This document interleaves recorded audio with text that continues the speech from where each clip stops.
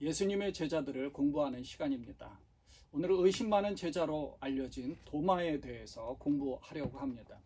사실 의심 많은 제자로 알려졌지만 그것이 의심이라기보다는 예수님의 부활에 대한 정직한 회의라고 볼 수도 있습니다. 어쨌든 이 도마에 대한 이야기는 공관복음에는 이름만 나올 뿐이고요. 제자들의 이름을 나열한 곳에만 나오고 요한복음에 3번 등장을 합니다. 첫 번째는 요한복음 11장에서 죽은 나사로에게 가는 그 장면에서 베다니로 가야 되는데 그곳은 유대인들이 돌로 치려는 그런 아주 위험한 곳이었습니다. 그래서 제자들 모두가 주저하고 있는 그런 상황에서 도마가 우리도 주와 함께 죽으러 가자 그렇게 한 것이고요. 두 번째는 요한복음 14장에서 예수님이 제자들의 발을 씻어주시고 말씀을 전해주실 때 이제는 주님이 처소를 예비하러 가신다고 하시는데 그 거처가 예비되면 다시 와서 너희들을 나 있는 곳에 있게 하겠다 그렇게 하셨습니다. 그러니까 도마가 주께서 어디로 가시는지 우리가 알지 못하거늘 그 길을 어찌 알겠냐고 예수님에게 질문을 한 것이고요. 세 번째로는 요한복음 20장에서 부활하신 예수님이 다른 제자들을 다 만나셨습니다. 그런데 이 도마만 못 만난 거예요. 그 제자들이 예수님을 만난 얘기를 도마에게 하니까 도마가 내가 그의 손 못자국을 보며 그 손가락을 그 못자국에 넣으면서 내 손을 그 옆구리에 넣어보지 않고는 믿지 않겠다라고 그렇게 하는 장면입니다. 그리고 8일 후에 예수님이 도마에게 나타나셨고 주님을 만난 도마는 이때 나의 주님이시요 나의 하나님이시니라고 고백한 것입니다. 이 3번의 도마에 관련된 말씀을 정리해서 공부해 보려고 합니다. 아람어로 디두모라고 하는 말은 쌍둥이라는 그런 뜻이 있거든요. 아마도 이 도마는 쌍둥이의 심리 상태가 있었던 것 같습니다. 그래서 이 도마의 마음이 그러한 심리적인 요소가 있다는 것을 우리가 감안하고 그리고 도마를 바라보아야 할 것입니다. 첫 번째, 도마는 요한복음 11장에서 아주 용기 있는 비관주의를 보여줍니다. 요한복음 11장에 무슨 일이 있었느냐 하면 예수님과 제자들은 나사로가 이제 병들었다 하는 그런 소식을 듣게 되었습니다. 그런데 이때 요한은 무슨 기록을 먼저 했는가 하면 요한복음 11장 2절에 보면 마리아가 향유를 주께 붓고 머리털로 주의 발을 닦던 자인데 이 나사로는 그의 오라비라는 사실을 기록합니다. 그만큼 예수님이 사랑하시는 그런 가정임을 알게 해준 겁니다. 그러니 이때 나사로가 병들었다고 했으면 제자들이 생각할 때 예수님은 당연히 갈 것이라고 생각을 했겠죠. 그런데 6절을 보니까 병들어 죽게 되었다는 소식을 들으신 후에도 이틀을 더 유하셨습니다. 그 계시던 곳에 더 계시니까 제자들은 그곳을 안 가는 것으로 생각했을 것입니다. 왜냐하면 그 다음 구절인 7절에서 예수님이 그곳으로 다시 가자고 하니까 제자들이 이렇게 말하거든요. 제자들이 이르되 랍비여 방금도 유대인들이 돌로 치려 하였는데 또 그리로 가시려 하시나이까? 그러니까 나사로가 병들어 죽게 된 상황에서 이틀 동안 안 가시니까 그것이 예수님도 위험한 곳인 줄을 알고 안 가시는 것이구나. 제자들은 그렇게 생각을 했던 겁니다. 그런데 그 위험한 곳을 가자고 하니까 제자들이 굉장히 당황해하는 겁니다. 그것이 베다니인 곳인데요. 그것이 어떤 곳인가 하면 바로 전 10장의 수전절에 예수님이 예루살렘 성전 안에서 예수님이 나와 아버지는 하나다라는 말씀을 하시니까 이거는 굉장히 유대인들의 입장에서는 신성모독과 같은 그러한 소식을 듣게 된 거죠. 그래서 이 예수님을 돌로 쳐서 죽이려고 했습니다. 근데 이 베다니가 예루살렘 바로 옆 동네예요. 그러니까 예루살렘 동편 그 거리가 한 0.6마일, 1마일도 안 되니까 거의 가까운 같은 지역이라고 볼 수 있죠. 거기를 어떻게 빠져나왔는데 예수님이 다시 그곳으로 가자고 한 겁니다. 요한은 이 사실을 묘사한 후에 16절에서 도마가 나서서 한마디 하는 것까지 기록을 했습니다. 16절에 이렇게 써 있어요. 디두모라고도 하는 도마가 다른 제자들에게 말하되 우리도 주와 함께 죽으러 가자 하니라. 그러니까 신학자들은 이 구절에 대한 해석은 이제 다양합니다. 그러니까 신변에 위협이 있음에도 불구하고 정말 십자가를 지고 죽자는 비장한 결의의 표현인지, 아니면 자포자기의 심정으로 탄식하고 있는 것인지 모르지만, 우리가 그것이 이제 있습니다. 그 마가복음 8장에서 예수님이 가이사랴 빌립보에서 죽어야 된다, 그리고 죽은 뒤에 3일 만에 살아야 할 것을 말씀하실 때에 베드로가 예수님이 그러면 안 된다라고 꾸짖으면서 예수님에게 항변할 때가 있었죠. 그때 예수님은 베드로에게 사탄아 내 뒤로 물러가라 하시면서 내가 하나님의 일을 생각하지 아니하고 도리어 사람의 일을 생각한다라고 꾸짖은 적이 있었습니다.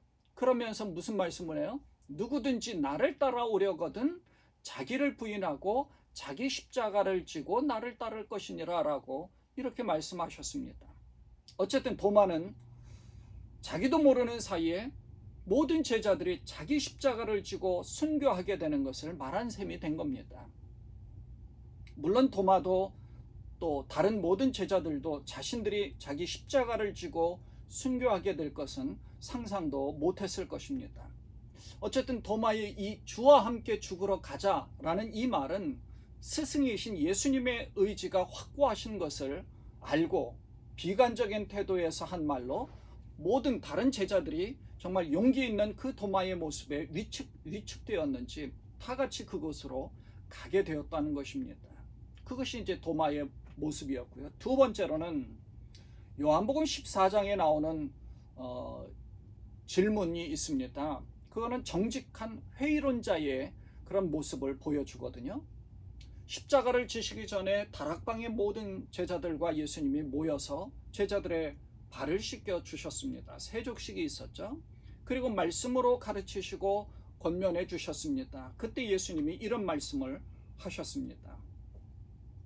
14장 1절에서 너희는 마음에 근심하지 말라. 하나님을 믿으니 또 나를 믿으라. 그러니까 도대체 무슨 일이 있었길래 근심하지 말고 나만 믿으라 이렇게 말씀하셨을까요? 바로 전장인 13장에 최후의 만찬을 이제 하십니다. 최후의 만찬을 하시면서 예수님께서 그때 깜짝 놀랄 말씀을 하신 거예요. 너희 중에 하나가 나를 팔리라 라고 하셨습니다. 그러니까 제자들이 깜짝 놀라서 누가 그럴 것이냐 라고 이제 얘기할 때에 누구냐고 물어보니까 내가 떡 한 조각을 주는 자가 크다 라고 하면서 가룟 유다에게 떡을 주면서 내가 할 일을 해라 라고 합니다. 그랬더니 가룟 유다가 나가버린 거예요. 그 뒤로 예수님이 내가 가는 곳에 너희가 지금은 따라올 수 없지만 나중에는 따라올 것이라고 말씀을 하십니다. 그러니까 베드로는 자기의 목숨, 우리 이제 베드로의 그 심성을 알지 않습니까? 급하게 신앙 고백하던 그 베드로입니다. 자기 목숨을 버리면서까지도 주님을 따라가겠다라고 한 거예요. 그러니까 예수님께서 내가 닭이 울기 전에 3번이나 나를 부인할 것이다 이렇게 말씀하신 겁니다. 이런 내용들로 본다면 분위기는 상당히 불안하고 어수선했을 겁니다. 바로 그때 예수님이 말씀하신 것이 14장입니다. 너희는 마음에 근심하지 말라. 하나님을 믿으니 또 나를 믿으라. 그러시면서 자기가 가서 거처를 준비하러 가니까 준비되면 와서 같이 갈 것이라고 말씀을 하십니다. 그러니까 이 분위기 선상에서 도마가 물어보는 거예요. 5절에서 주여 주께서 어디로 가시는지 우리가 알지 못하거늘 그 길을 어찌 알겠사옵나이까. 그러니까 도마가 이제 직설적인 이 질문은 어떻게 보면 정직한 회의론자의 특성을 보여주는 거죠. 베드로도 물어보지 않았습니다. 다른 제자들도 물어보지 않았어요. 그런데 이 도마만 물어보는 겁니다. 다른 제자들은 다 알고 있었는지 아니면 상관없이 나 몰라라 하는 것인지 모르겠지만 도마는 더 깊이 있게 예수님에게 물어본 겁니다. 도마의 이 질문 덕분에 예수님은 더 깊은 영적인 말씀을 우리에게 전해주신 겁니다. 예수님께서 말씀하시죠. 내가 곧 길이요 진리요 생명이니 나로 말미암지 않고는 아버지께로 올 자가 없느니라. 그러니까 여러분 우리는 말씀의 이해가 되지 않는다면 이 도마와 같이 정직한 회의론자, 정직하게 하나님 앞에 물어봐야 되는 겁니다. 하나님, 이 말씀이 이해가 되지 않아요. 이 말씀을 정말 하나님 앞에 물어봅니다. 무슨 뜻입니까? 라고 물어보는 거야. 이게 첫 번째입니다. 읽고 또 읽고 10번, 20번 계속 읽고 기도합니다. 하나님께서 그 뜻을 이해시켜 주시기를 간구하는 겁니다. 그러면 성령께서 우리에게 깨닫게 해주시고 생각나게 해주시고 그 말씀이 어떤 뜻인가를 이해하게 해주시는 겁니다. 첫 번째는 그것이고요. 두 번째로는 성경을 좀 더 아시는 분에게 혹은 목사인 저에게 물어보셔야 하는 겁니다. 그럼 저도 모르는 부분이 있다면 그 부분은 제가 잘 모르겠는데요. 그리고 저도 연구하게 되는 거죠. 그렇게 해서 성경을 좀 더 이해해야 되는 겁니다. 도마와 같이 주님 가시는 길을 우리가 알지 못하는데 우리가 어떻게 알겠습니까? 우리에게 그 길을 좀 알려주십시오. 주님이 설명해 주잖아요. 도마의 이 질문 덕분에 예수님의 더 깊은 진리를 우리가 깨달을 수 있게 되었고 더 우리가 그 소식을 들을 수 있었던 것이죠. 마지막 세 번째로는요. 요한복음 20장에 보면 나의 주님이시요 나의 하나님이시라는 이 신앙 고백의 모습을 보여줍니다. 안식 후 첫날, 그러니까 주일 아침에 예수님이 부활하셔서 무덤이 비었다는 사실이 알려졌습니다.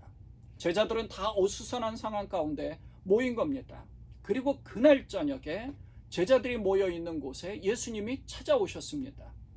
그리고 혹시나 제자들이 의심할까봐 십자가에 못 박혔던 손과 창으로 찔린 옆구리를 보여주신 겁니다. 그때 예수님께서는 평강이 있을 것을 말씀하신 후에 성령을 받으라라는 말씀도 해주셨죠. 그런데 여기에는 24절 이후에 보니까 요한은 도마에 대해서 분명한 기록들이 있었던 거예요. 어떻게 제자들이 예수님을 만나서 얼마나 기뻤겠습니까? 근데 도마가 이때 없었던 거예요. 뒤늦게 와서 제자들이 주를 보았다 만났다라고 하니까 내가 그의 손에 못자국을 보며 그 손가락을 내 못자국에 넣으며 내 손가락을 그 못자국에 넣으며 또 내 손을 그 옆구리에 집어넣어 보지 않고는 믿지 않겠다라고 얘기한 겁니다. 그리고 8일이 지났어요. 일주일 넘게 지난 뒤에 제자들이 다시 집 안에 모였습니다. 요한은 이때 26절에 보면 도마도 함께 있었고를 기록해서 도마가 있었다는 사실을 확인시켜 줍니다. 여기에 예수님이 다시 오신 거예요. 그리고 도마에게 직접 내 손가락을 이리 내밀어 내 손을 보고 내 손을 내밀어서 내 옆구리에 넣어보라. 그리하여 믿음 없는 자가 되지 말고 믿는 자가 되라. 이 말씀을 하시자마자 도마가 바로 나의 주님이시요 나의 하나님이시라고 고백한 것이죠. 도마는 의심하는 것처럼 생각되고 회의하는 것처럼 보이기도 하고 또 질문도 하고 어떻게 하면 믿겠다고 분명하게 자기의 입장을 내세웠습니다. 포기하지 않았습니다. 무관심하지 않았고요. 나 몰라라 하지 않았습니다. 그냥 자기의 삶을 살아간 그런 사람이 아니었다는 것이죠. 의심이라는 것은 어떻게 보면 긍정적인 측면에서 더 변화될 수 있는 가능성이 있는 자들입니다. 의심하지 않는다는 것은요, 문둥병자와 같이 무관심한 겁니다. 무디어진 거예요. 나 몰라라 하는 겁니다. 포기하지 않고 무관심하지 않고 나 몰라라 하지 않는 이 도마와 같은 이러한 모습이 어쩌면 현대를 살고 있는 우리들에게 이 모습이 필요한지도 모릅니다. 그래야 더 깊은 진리로 나아갈 수 있기 때문에 그렇습니다. 이 도마는요, 그래서 후에 복음 전파의 열정을 가지고 바벨론 그 지역이었던 지금 페르시아 현재의 이란 지역을 거쳐서 동쪽으로 더 멀리 가서 멀리 인도까지 가서 복음을 증거하고 그곳에서 순교하게 되었습니다. 인도의 이 중부 지역에는 그곳까지 와서 복음을 전했다고 하는 그런 도마 기념 교회가 있습니다. 제가 이제 중국을 선교 여행을 갔는데 그곳에서 선교 활동을 하시던 그 선교사님은 도마 기념 교회가 그 표식이 이제 있다고 이야기하면서 어쩌면 교회사적으로는 기록되어져 있지 않지만 어쩌면 도마는 이 중국까지 와서 복음을 전했는지도 모른다라고 말씀하시는 것을 들었습니다. 그러니까 도마의 그 표식, 십자의 문양이 있거든요. 그만큼 도마는 복음이 멀리까지 증거되어져서 예수님이 증거되어지고 모든 사람들이 예수님을 알아야 된다라고 알게 그렇게 생각했던 것 같습니다. 우리도 역시 이 도마와 같은 의심이나 회의가 있다 하더라도 그것은 주님께서 우리에게 주신 회의일 수 있고 의심일 수 있습니다. 그거는 의심이 아니라 정직한 회의론자로서 하나님 앞에 더 깨닫기를 원하는 마음입니다. 하나님이 주신 마음입니다. 그래서 하나님 앞에 질문을 하고 목사인 저에게 질문을 하고 더 성경에 대해서 잘 아시는 분에게 질문을 해서 깨달아야 하는 겁니다. 그래서 영적 깨달음을 얻어야 할 것이고 부활하신 주님이 나의 주님이시오 나의 하나님이시라는 그 고백 가운데 이 도마와 같은 그러한 신앙 고백을 하며 복음 증거하는 참된 제자의 모습을 우리도 가져야 할 것입니다. 이 도마를 통하여서 또 깊은 또 영적 깨달음을 갖는 여러분 되시기를 주님의 이름으로 축원을 드립니다. 기도하겠습니다. 하나님 아버지, 우리가 도마에 대해서 또 공부했습니다. 도마를 통하여서 정말 깊은 진리로 질문하고 깨닫고 그리고 하나님 앞에 나아가기를 원하는 그런 마음을 우리가 갖기를 원합니다. 더 많은 것을 깨닫고 더 하나님의 말씀 가운데 거할 수 있는 우리가 되게 하여 주옵소서. 복음 증거하는 일에 최선을 다하고 멀리까지 가서 인도에까지 가서 복음 증거했던 이 도마와 같이 하나님 우리도 역시 그런 열정을 가지고 복음을 증거할 수 있는 그러한 우리가 되게 하여 주옵소서. 우리 주님 예수 그리스도의 이름으로 감사하며 기도드리옵나이다. 아멘.